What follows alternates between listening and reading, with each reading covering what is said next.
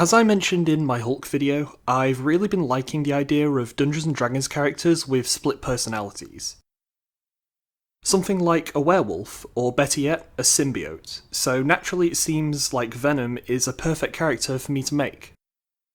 Before we get started, I'm going to go over some of the things I was focusing on when designing the character, but you can use the chapters to skip ahead to the section you need. The first priority with Venom is strength and speed, so I'm going to take steps to make him tanky and skilled at unarmed combat, although I don't think that Monk is the right fit. I'm also going to make sure that the character has a way to switch between Eddie Brock and Venom, as he does in the comics and films. Finally, I want to add some benefit to the build for eating people because it's such a staple of Venom as a character. Venom's race is a strange one because technically he's a combination of two different beings from two different races. So I've made the sensible choice and selected a third, completely unrelated race, which is lizard folk. The reason I've done this is because I'm focusing more on Venom than Eddie, so I don't want him to just be human or variant human, and symbiote isn't a race in Dungeons & Dragons. Lizard folk are visually quite different to a symbiote, but stats-wise, there are a lot of things that work well. First of all is the bite ability, which of course is perfect for the character, and is going to be very useful. We also get a selection of hunting skills, which I'll go over later in the video.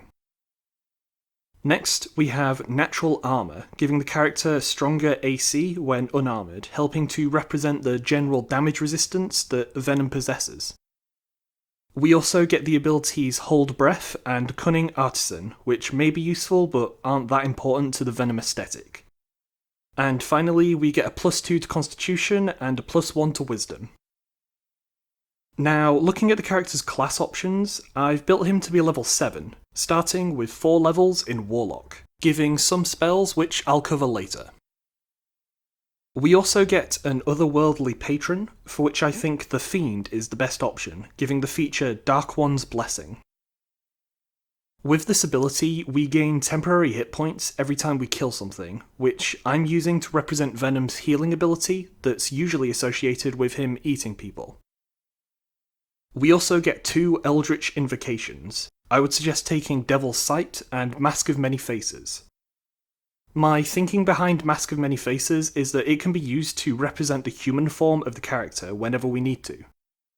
Ideally, this would be an actual change instead of a disguise, which can be done as an invocation at 15th level, but for now this will have to do.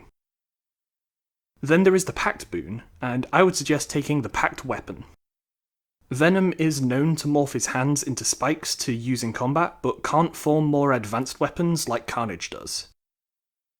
My thinking behind this is if we select a spear, or short sword, or even a dagger as our Pact weapon, then we can describe it as working in the same way when we summon it.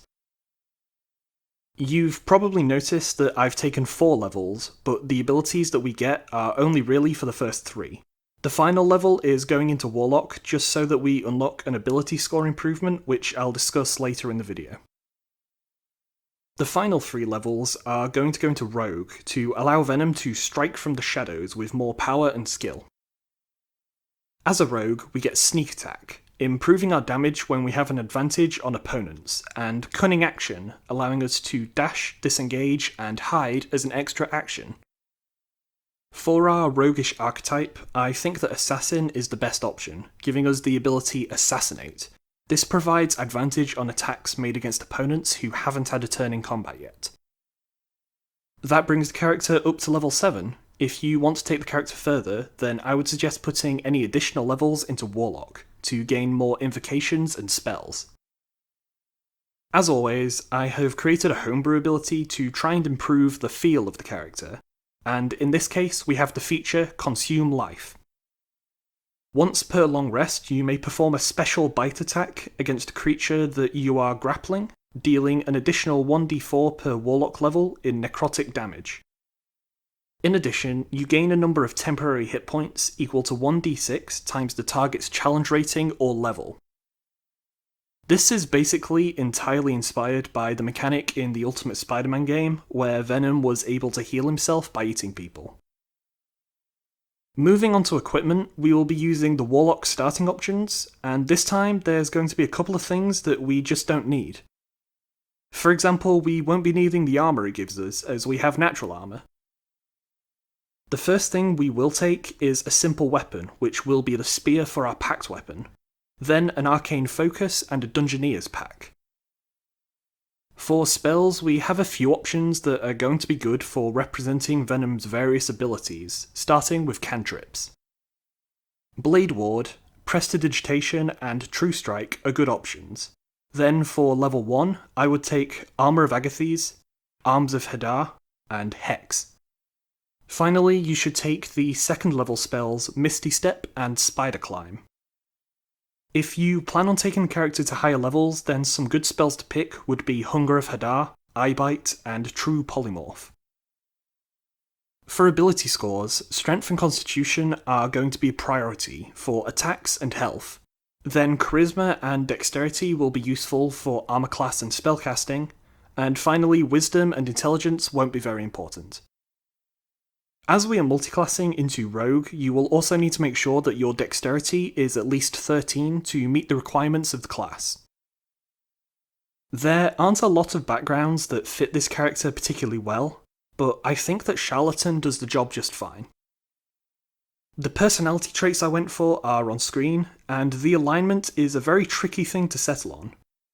The main problem being that we are dealing with two entirely separate minds shared in this character, both of which have had vastly different alignments across different stories. In the end, I went for Chaotic Evil because I wanted to represent the early and more monstrous Venom, and would likely play him as the consciousness that's more in control.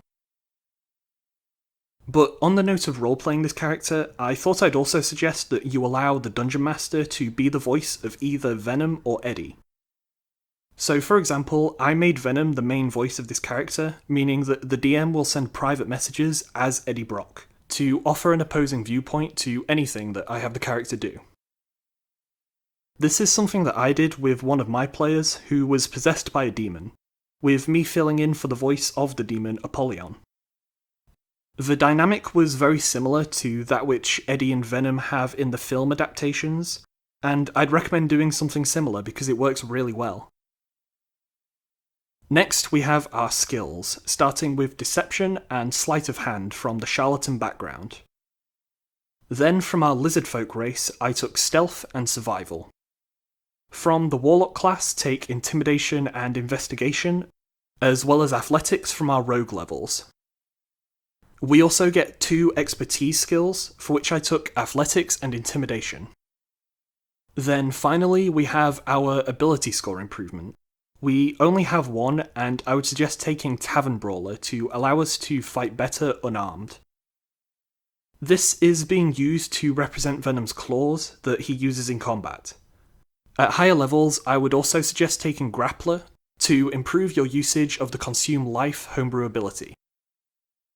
That's everything I have for the character. The full character sheet is available in the description, and you can use the link on screen if you would like to see a playlist of my other Marvel builds, or a video covering some of my homebrew mechanics. Be sure to let me know in the comments who else you'd like to see me make builds for in the future.